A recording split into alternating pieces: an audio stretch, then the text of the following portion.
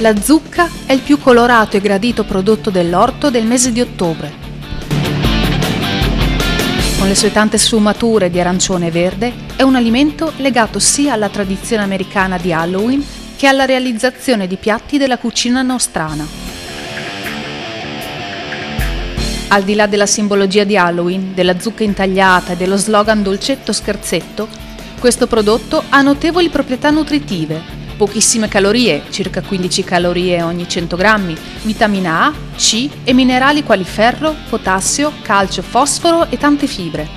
Inoltre può essere utilizzata per preparare gustosi piatti, oppure cotta al forno o bollita.